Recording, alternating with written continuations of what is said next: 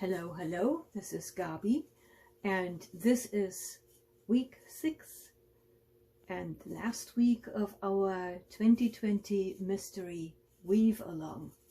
Well, it's actually 2 weeks, but we'll talk about that in a little while. So as soon as you see this picture here, you can see what we have been working towards for the last 6 weeks. Well, almost there. You still have to weave the last 6 weavies and then put the puzzle pieces together, and that's what I will be talking about today. But before we do that, let's take a quick look what happened during week 5, and let me zoom in on this.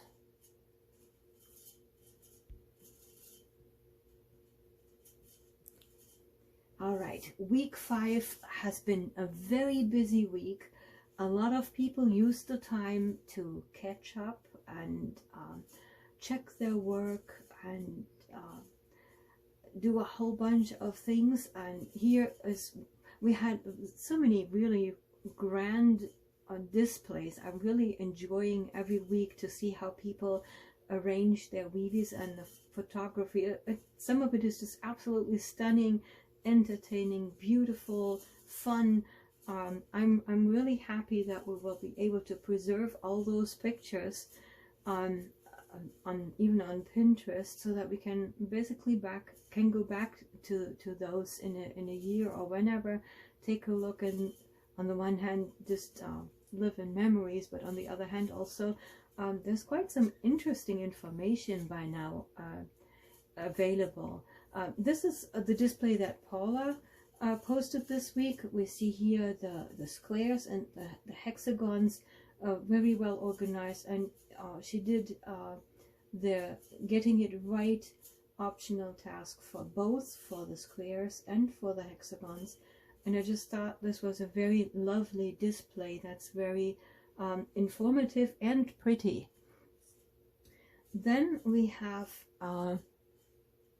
actually, let me zoom out a little bit here. Then we also had several surprises. Here, for example, is a picture from Susan. Yeah, okay, another Susan, with week 1 A and B. And Susan joined our weave along yesterday, which is kind of the day before the last week starts.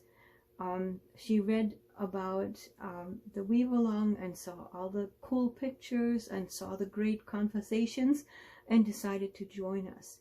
I have chosen to show you this picture because start anytime. The material will stay available, so that you can work at your own pace. The groups are always there, that you can say even next year, hey, I started, I need help. What should I do? How does this work? What have you? Or just post and brag about your work. Anytime is fine. And this is the precious thing about these groups and the social media that we have available, that we can preserve and continue to share going forward what we are doing. So welcome, Susan. Here is another week week 1, and this one is dear to my heart. It's from Melissa. Many of you know Melissa, and you know that she has been very, very sick, and she surprised us today with saying, hey, I'm back and here's my week 1. So a very hearty welcome back, Melissa. Stay healthy and regain all the strength, and yes, happy birthday. Here is one specialty of week 5, and this is from Sue on Ravelry. The optional task in week 5 was to try out Saori weaving. I pretty much just suggested it as a tool to practice getting the right side properly when you're joining, but it turned out that the Saori style weaving has been very, very popular, and I do understand, because it's fun, it's relaxing, it's creative. I was just amazing by all the different examples that I've seen. And I hope you keep on doing this. And this is like, it doesn't matter if you have an 8-foot floor loom, or if you have a pin loom.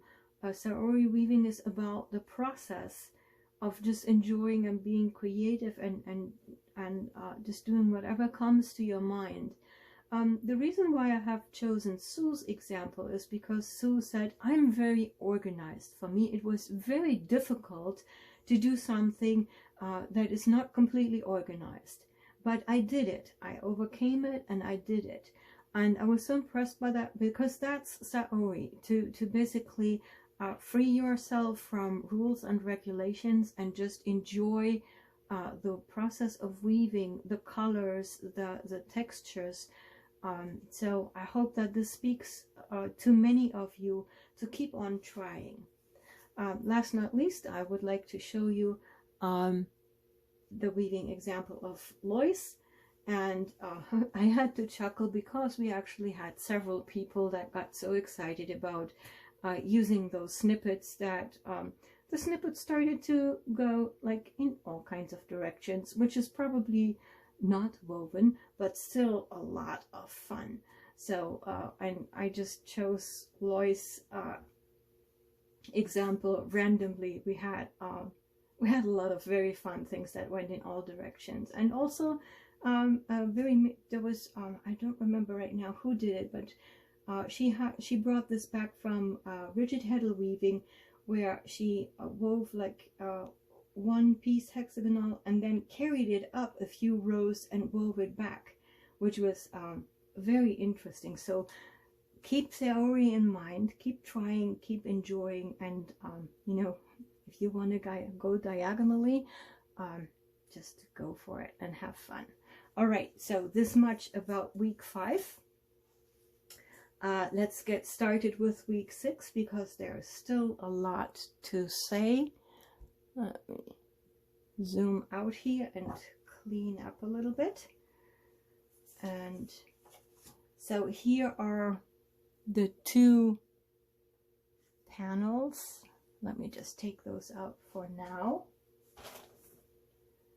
And I will try to walk through our handout. Yeah, there's probably no quickly this week, but because there's so much to cover. Let me see how we can do this. So this week I call it the Texas two-step. Two-step is a country dance, and it's not just popular in Texas. I'm referring to this for multiple reasons. Two-step is a very simple and straightforward dance, but it's something very enjoyable. And I want you to go through the last part of our weave along exactly like that. Put one foot in front of the other, and just keep the rhythm and keep going. And we'll get through this, because there will actually be a whole bunch of things that we will be doing this week.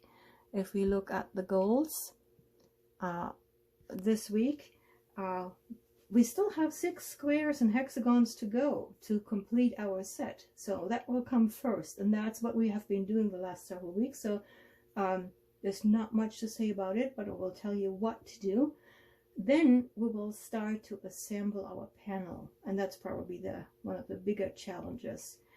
Number 3, I decided to, as the specialty or optional specialty of this week, I want you to block your panels. Blocking our woven goods is always a very popular theme, and I just want to talk about that in a little bit. And finally, now that you know that you will be putting together the panels, that's not the end of it. I have a few, you might want to ask this, like, okay, if I see those panels here, what happened to our ropes? We put so much effort into our ropes, and that's where, what happens to them. So we'll talk about that a little bit. But let's first start about what we will be weaving this week. And of course, you know, one issue this week that I'm struggling with is that I already have used up everything to make the panels. Usually when I design something, it's usually I have 2 or 3 at the time I'm done, because I need them at different stages, but I simply didn't have the time to do all of this right now. So I need to talk a little bit more and show you less, but I will provide after this video, I will still provide several detailed pictures on it. But let's talk about what to weave. So this week we have in squares 2 background, 2 CC1 and 2 CC2. And in hexagon land we have 2 background, 2 CC1 and then 1 of each in CC2 and CC3. For our squares we have 3 pieces. The one is CC1 background and CC2. Week 6B will be background and CC2, and then we have a lonely one, 6C in CC1. All right, in hexagon land we will put 5 together like this, and I want you to put these 3 together first and these 2 together first, so that you have 2 rows, and then put the rows together and sew them here together. And also in hexagon land we have 6B, which is just one single hexagon. And as usual, please post a picture of your finished week 6 pieces before you put them together into the panel. All right, now let's take a look what comes next.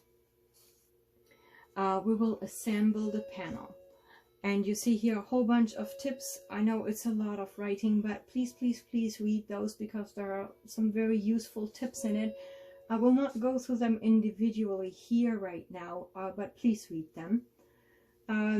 I want to go straight into the assembly of the panels.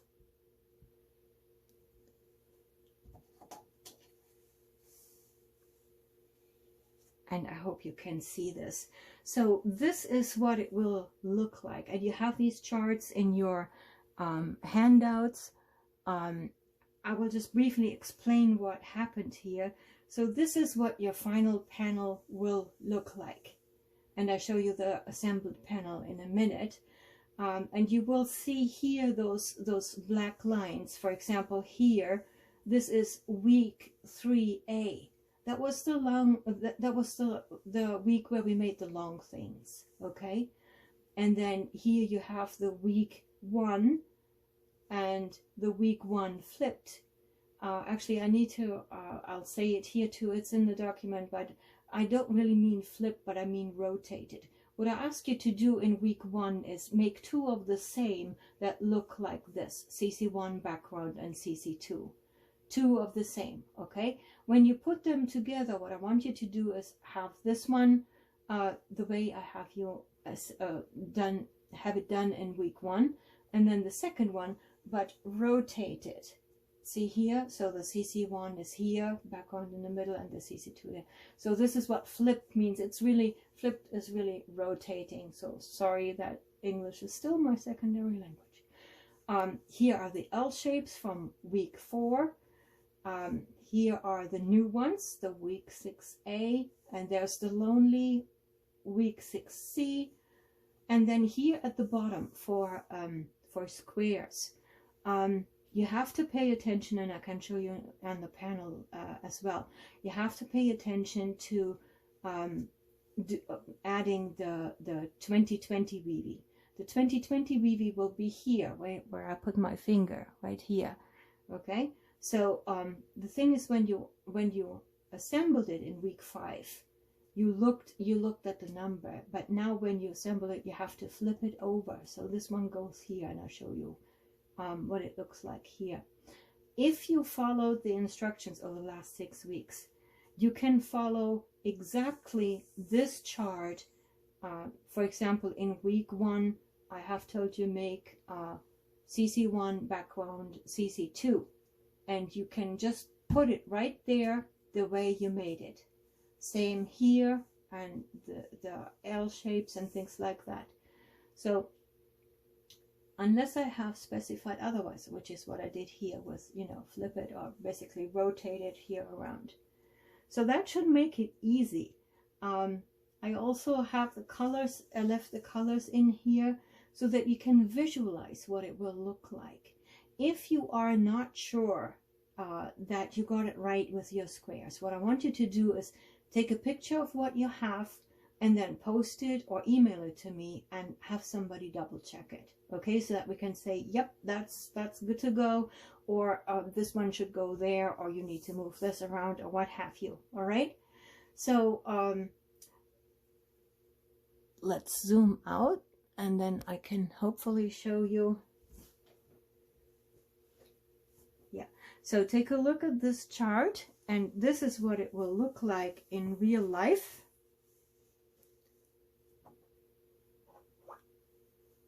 And it's too big. Nope, I can. Wow, it just fits barely. But anyhow, let me just clean this up here for now. So this is what your weaves will look like when you have them all assembled. And down here in the corner, you see that's the 2020. And when you sew them together, you of course work on the wrong side. That means the number needs to face down. Okay, just make sure that it works out that way. Yeah, I think that's all I want to say about that right now. I left this one here. So basically, there are instructions on how to weave sew things to, or a few suggestions on how to sew things together. I just want to quickly show you two things here on the squares. Once you are done sewing the sides together, and there are tips. I'm very tempted to tell you all the tips that are in the worksheet. For example, it might get confusing that you have all the squares, so use safety pins to put the sides together temporarily so that they don't shift so much. Work on a bath towel or any other piece of fabric, because all of this sewing, you will not do that at once, so that you have something to roll it up when you can't work on it, and put it aside safely. When you're all done, also weave in any extra ends. I have left one extra end here, and I show you why I did this. So I'm just pretending this is one of my ends that I want to weave in, because with these intersections you might see this is like, can we see this?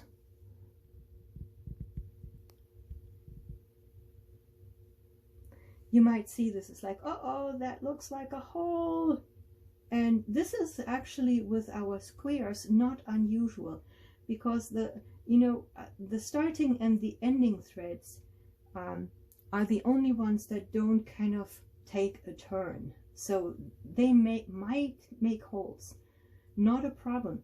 Use those starting and ending threads to connect those squares here.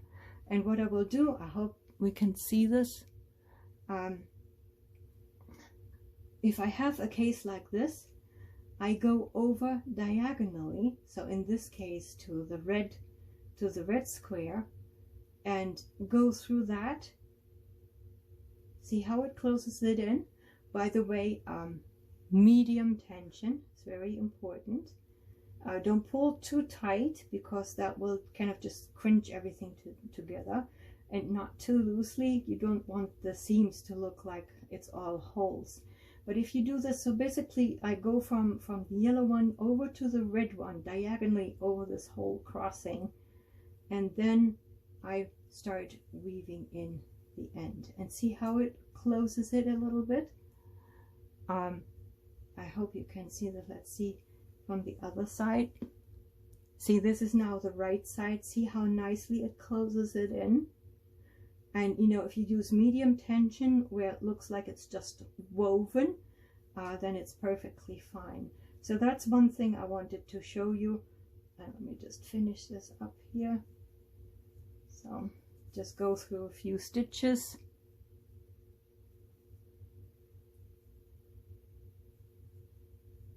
And then we can clip it.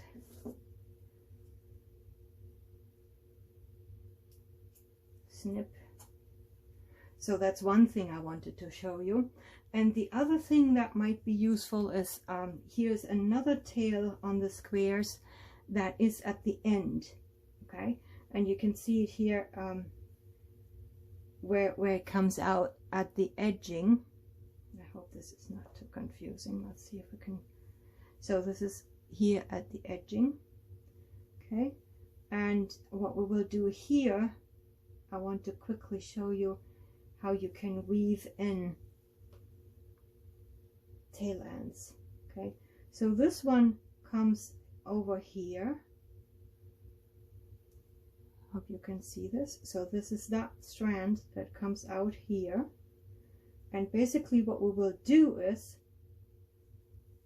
I forgot that you guys are right-handed. Let me see if I can do this. So let's start this again. So here is where the tail comes out, this one, and then what we will do, what I like to do is I go over the outer edge, because that makes it a little bit like a scallop. Okay, and then I go between the first and the second strand, and let me just weave this through a few rows here, and then I can show you what I mean, hopefully with the needle. Yeah, okay, so you can see here there's the first strand and the second strand is behind the needle. That's where I weave back, and just go over, under, it doesn't really matter what you do. The reason is that you have to skip the first one, because if you weave out here, it just falls out.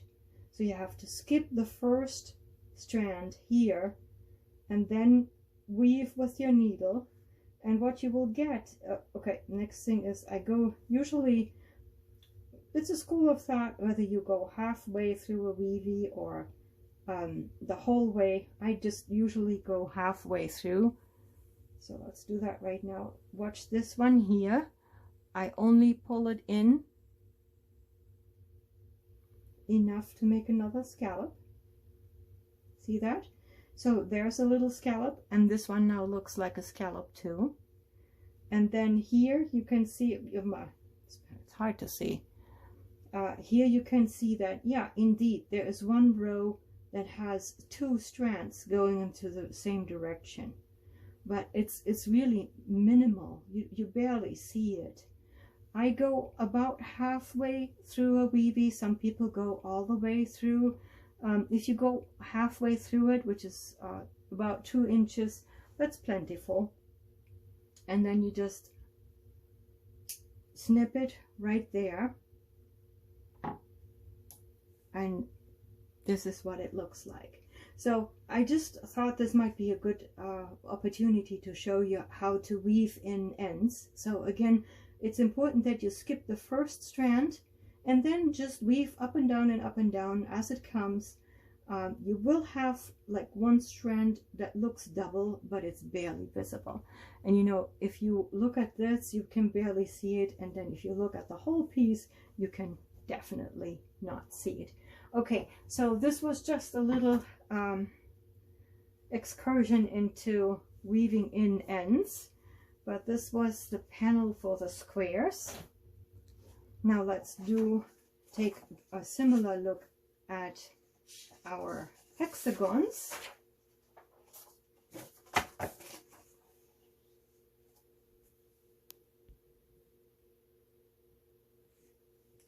And here it's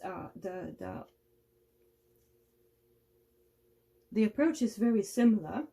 So this is the hexagons in the colors that I used for the sample. I left the colors in there. And so we have the hexagon, and then it looks a little bit like the golden circle here. And if you look closely, there are actually two triangles, a red triangle and a green triangle intersecting with each other. So that's kind of the design of it. Just a quick word about the designs in general. I had probably too many objectives, but one thing was that I wanted to have a geometry design that can be turned in all kinds of directions and still look good for the squares and for the hexagons. So I hope the mission here is accomplished with the squares and with the hexagons. The idea was that it makes it a little bit easier, particularly for beginners, to put the final piece together from, you know, the issue that we discussed last week with the right side and the left side. That's why I said last week you will barely see the right side from the left side. It's still visible, but you know, if you mix it up a little bit, don't worry, it doesn't matter. It's still a beautiful piece. Okay, so back to the hexagons. Oh yeah, one other objective was that both pieces, the square and the hexagons, had to have 36 pieces. You won't believe how difficult it is to design something in hexagons and something in squares that has exactly 36 pieces. Anyway, I figured it out. Here is our hexagon piece, and in the center there is nothingness. So there is a 37th hexagon right in the center. You can leave it out. It actually looks pretty good without anything in it, but this is where I suggest you can put your 2020 hexagon if you want to. All right, so quick look, same idea here where the black line is, week 2A, and then here's where we put the 3 ones together in week 4. Remember where we did the over and up, or for the hexagons over and down. Here's our week 6 where we put 5 together right there. There's the lonely week 6B, and then there's a very long one from week 3 that has 6 in a row. And then here in week A we have very similar. We have week 1A, and again the flip means rotate. So this is like week 1A. I told you to do background and CC2, CC3, but you need to rotate it to make it fit. And then this is week 1B. All right, and I think that should be it. Let's take a look at our hexagon here.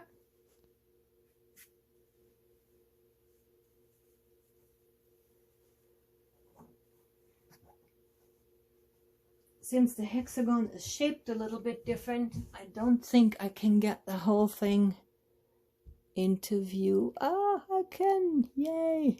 Ah, wow, this is like super perfect. So this is what your hexagons will look like when they are all assembled. I took the liberty of adding the 2020 here in the center, but you could also leave it out. It will still look good if you use it as a table topper. Here is the red triangle, and here is the blue triangle, and the golden circle around it. And that's pretty much all there is to it. You already know you already know how to assemble everything.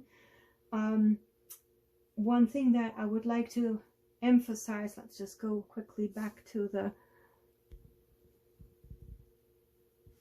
the chart.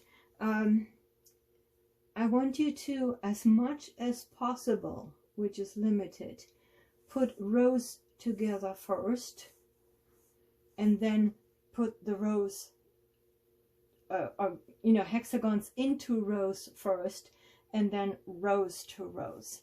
The bottom part is a little bit difficult because you have those over and ups here. They are a little bit difficult to do the row and then row to row.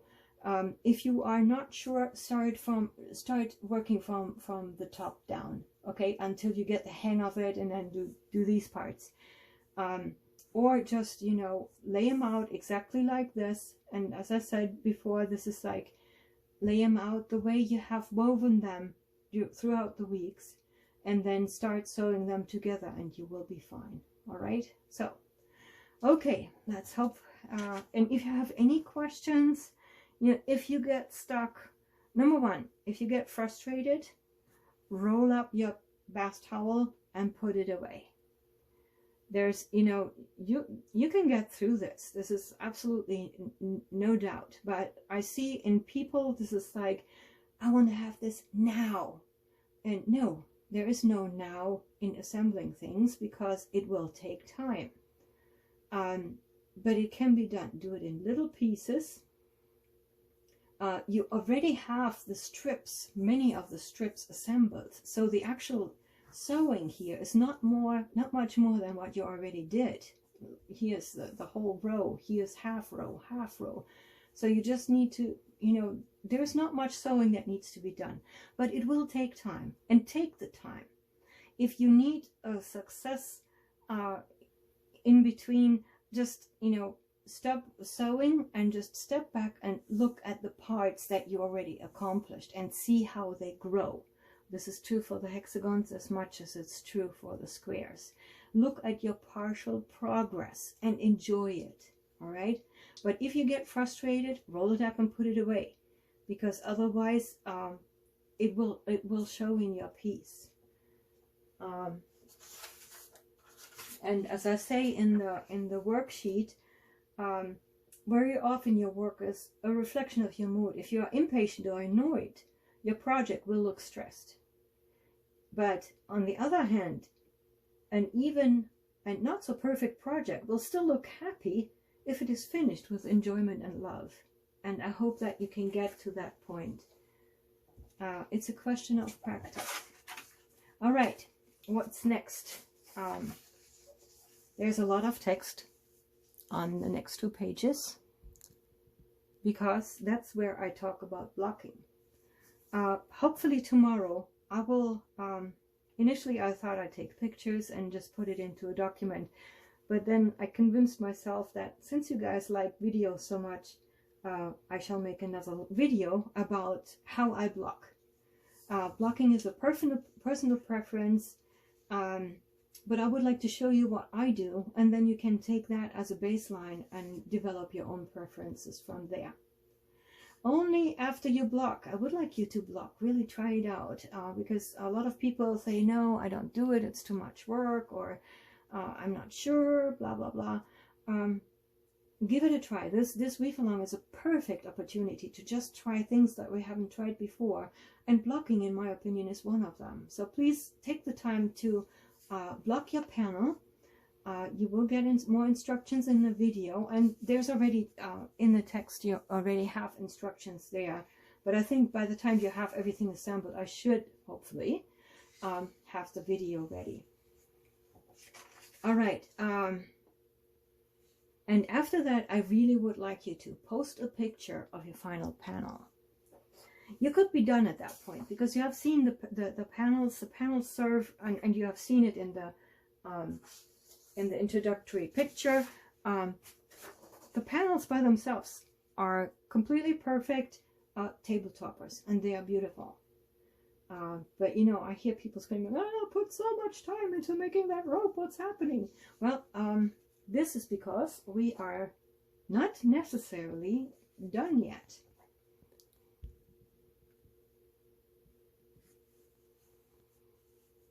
There is another option here. I want you to choose a project. The table topper is a perfect project, and if you just want to be done with it, that's fine. All right, it's a great project. You enjoyed hopefully making it, and you're done. However, I have been thinking that I would like to offer you to take it to the next step and just think about what you can do with those panels. And I have 3 suggestions here, and all 3 of them will use the rope. So 3 out of 4 is 75%. That's where that number came from. The first one is a project bag. And since I wanted to show you the panels first, I have not turned the panels into project bags yet. I will post pictures about it later this week. So what will happen is, and let me show you, let me go through this first here. The second project, so basically for the project bag, what I want you to do is, I want you to crochet around, all around the panel, and then put the rope through your through that crocheted edging, so that you can have the panel laid out and put your stuff in there like this, and then just pull the rope together to have a project bag. Oh, okay. I will not edit this, I just don't have time for it, but I will explain again. Here's your panel. I want you to crochet along the edge. I will provide examples for that. Then take your rope and put the rope through the edging. And then when you, to use it as a project bag, you can put everything you want into the center and then pull your rope together like this to have your project bag that you can carry away. All right, hope this makes sense. I will provide more pictures and update the worksheet when we have that. The next one is a wall hanging, and probably those of you who did the weave and stitch along a few years ago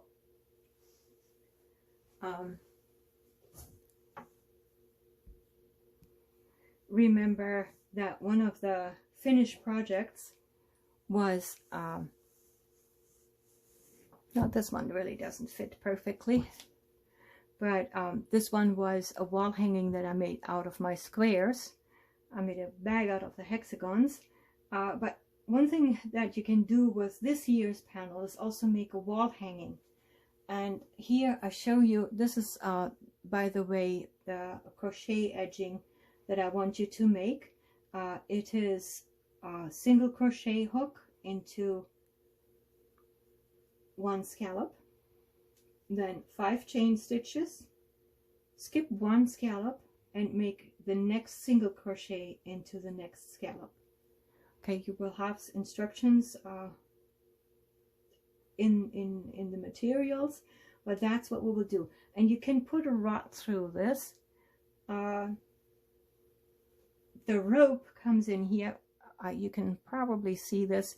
So on this weave and stitch along, I just had a relatively ugly piece of string to hang it, and this here I want to use the rope, and this is where all those beautiful ropes that you have been making will come to beautiful display. So this is where the rope will be the hanger for the wall hanging, and then you can have it, you know, no, I can't show this here, but the idea is that you can have it continue here on the sides and pull it through as another beautiful decorative nuance. Okay, so you will see, I will picture this. It's a little bit hard to show it here in a confined area, but this is what we will be doing. So wall hanging, here's this crochet example, and you will use your rope to hang it, and on both sides to add a little bit beauty to your wall hanging. All right, I hope this makes sense. And let me put this weave and stitch along thing. All right, last not least, the third project is a vest. And this is like, okay, now she goes completely crazy. Well, always have been, always will. But I want to encourage you, particularly those of you who are very fast and eager to do, let me see, here we go,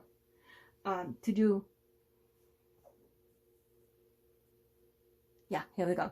To do a little, you know, to take on the world, to take on the pin loom world, I should say. So making a vest. I even had to explain it to my husband. I was like, okay, how do you get from a panel to a vest? I was like, okay, dear husband, listen. And he said, oh, that's actually an interesting idea. So anyway, I hope you will agree with my husband. The idea is that if you look at here, I hope you can see this in the charts. You are, if you make that panel from our Weave and Stitch Along, you are already halfway there to make a vest. All right. So, okay, there are people that are bigger, smaller, longer, what have you. We can adjust that. So this, in your worksheet, you will see 2 sample vests, one for hexagons and one for squares. So the ideas here, for example, in the hexagons, we use the hexagon panel, and then all you need to do is just add some hexagons here and here for shoulders, and then make some fronts. Okay, same thing here. Add some hexagons for squares for the shoulders, and weave some squares, or go square shopping in your square stash. Either, that's fine too. Go square shopping or weave some squares for the fronts and then put them together and you're done.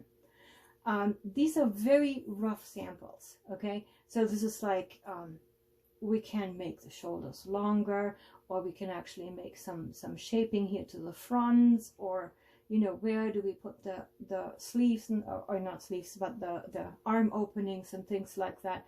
How wide are you going to make the fronts? Maybe you want to add a row to make them overlap or something like that.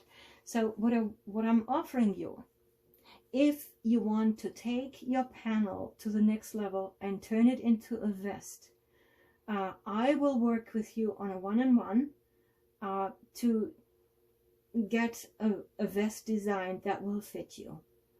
And we will continue to post to the group and share with the group and things like that, but I will help you to get you going with charts and everything that you need, and calculations if you need it. If you want to make a vest, let me know and we'll get started on that. All right, so the rope here for the vest is, number one, you can either put the rope here and waist height just as a closure, or you can put the rope around the edges as a beautiful edging piece. All right, so you have probably seen those little thingies float around. No, they are not thingies. They are very precious Saori style woven hexagons and squares. I had them floating around here so that I don't forget to talk about them, because we will put them to use as well. What I want you to do, or what I offer you to do, you don't have to do it, this is optional. What I offer you to do is turn those into little amulet pouches, and then use part of your string, or make extra string. If you use up the string in the other projects, that's fine. Let's turn those, let me just take this away. Let's turn those into little amulet pouches, which I think will just look beautiful, and you can put little treats into it, or just wear them as decorative jewelry, or give it to a little girl, or you know, those amulet pouches are just always good for everything. So what I want you to do here with the square, so this is, we now know this is the right side and this is the wrong side, and put the right sides together like this, and then actually let me start over here.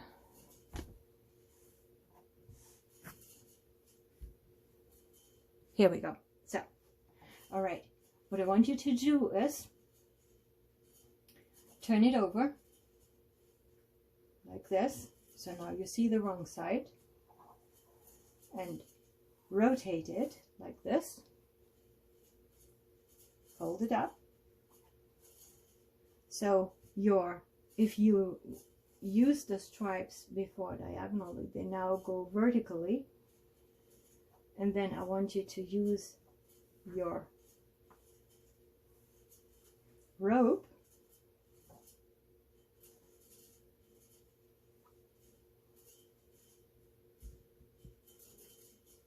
to sew the rope along those edges here.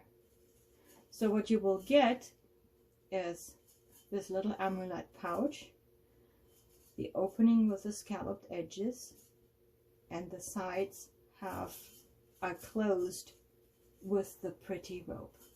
And you can use sewing thread if you think that your yarn is too thick and will not look good. Just use simple sewing thread. Okay, that will be completely sufficient. You can, if you want, put the right sides together and sew those two sides first with your yarn ends if you still have them, and then turn it over and then just attach the cord to the sides. So with the hexagons you can do the same. You can put right sides together, sew this side, and also sew the bottom. Okay, then turn it over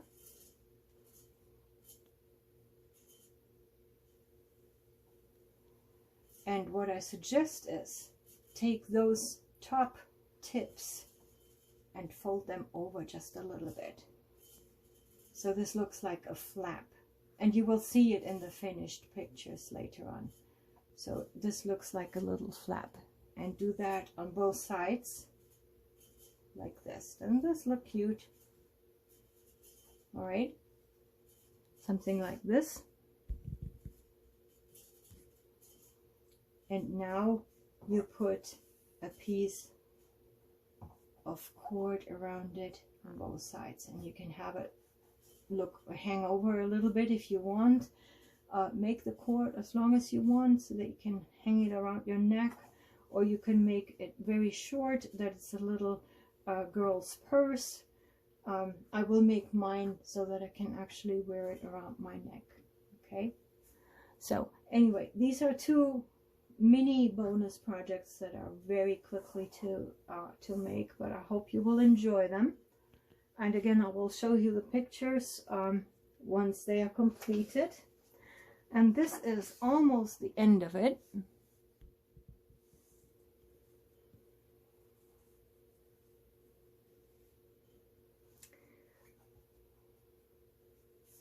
I just want to have a closing comment on the timeline to finish our weave along. I think we'll probably give ourselves 2 more weeks. 1 week to put the to weave the week 6 weavies and assemble the panel, and then 1 week to finish up either the panel or get started on the advanced projects. If you need an incentive to get your panel complete, so the panel is the goal really, okay? So these are these things here.